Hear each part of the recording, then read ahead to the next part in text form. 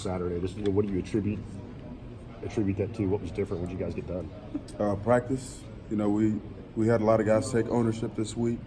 It was like something like we really wanted to accomplish. We really wanted to prove it to ourselves that we could go out there and execute the right way, and we did that. And once you see that on film, how much confidence does it give you that you can play like that? When everybody does their job. Really, yeah, a lot of confidence. That was a great running back we went against, and he only had like 13 rushing yards. It really says a lot to this defense and what we can do if we really hone in on what we should be doing and really be communicating as much as possible, and that's what happens when we do.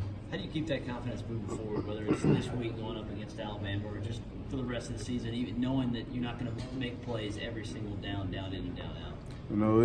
It's football. We're trying to make plays, and it's a front seven. We're trying to stop guys from running the ball, and we did that. And if that's the confidence, if you can't get confidence from that after what we just did this past week, I don't know what to tell you. So.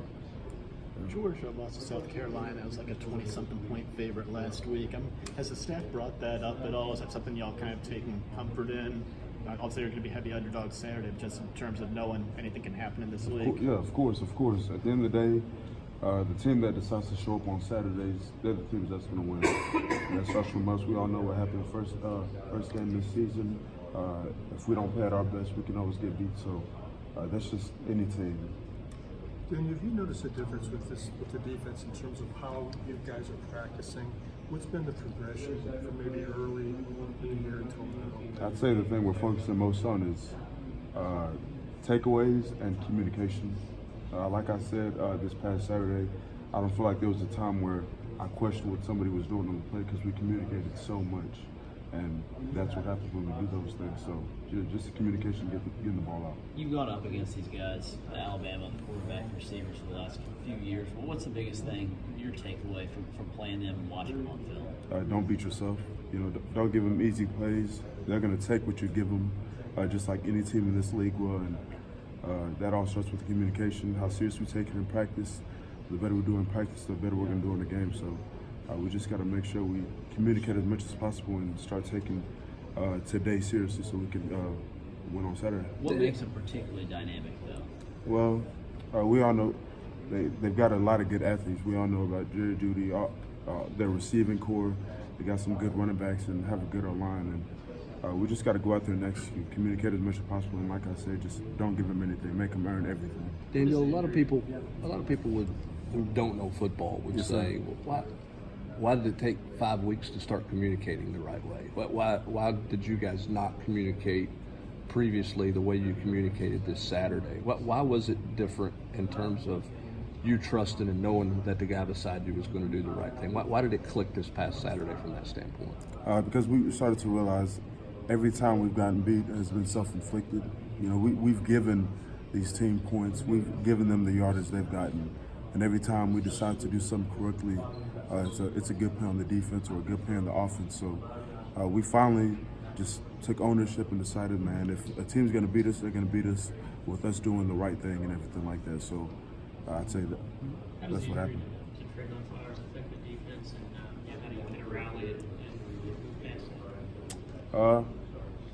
Trayvon was a really good, really big part of this defense, but Coach Poole and the coaching staff have preached since the day they got here.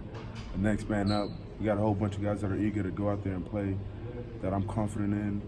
They just want to prove themselves just like Trayvon has been doing it. So I'm excited for the guys that are going to step up and take that role upon themselves. How much do you try to lean on Kramaris, JJ, Solon this week, kind of knowing that Henry's not going to be out there for the first half, and kind of the guys next to you, kind of that communication, that trusting the guys next to you? Not any different than I have these like every week. I'm in the guys' heads all the time. Hey, something can always happen. It's a long season. You just got to get ready to go in there when it's your time to shine. And I feel like a whole bunch of the guys in the locker room have definitely embraced that.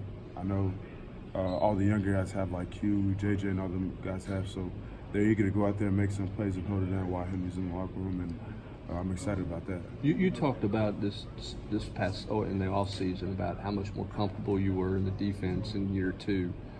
How well can you relate to what Q's going through right now, and just kind of trying to process the defense to keep it simplistic for himself and not get overwhelmed with everything that's being, that's asked in terms of having to make checks and reads and all the stuff that you have to do? Yeah, it's definitely a lot, but I'm just trying to do my best to let you know that he doesn't have to make those adjustments. I'm the Mike linebacker, I'm the quarterback of the defense, so I can do all that. I just want him to focus in on his keys while he's in there with me, and I'll handle the rest. So in that aspect, I'm just trying to make it easier for him or any of the younger guys that I'm in there with. Because let me handle all the communication part. You just handle going out there and make your plays when they come to you.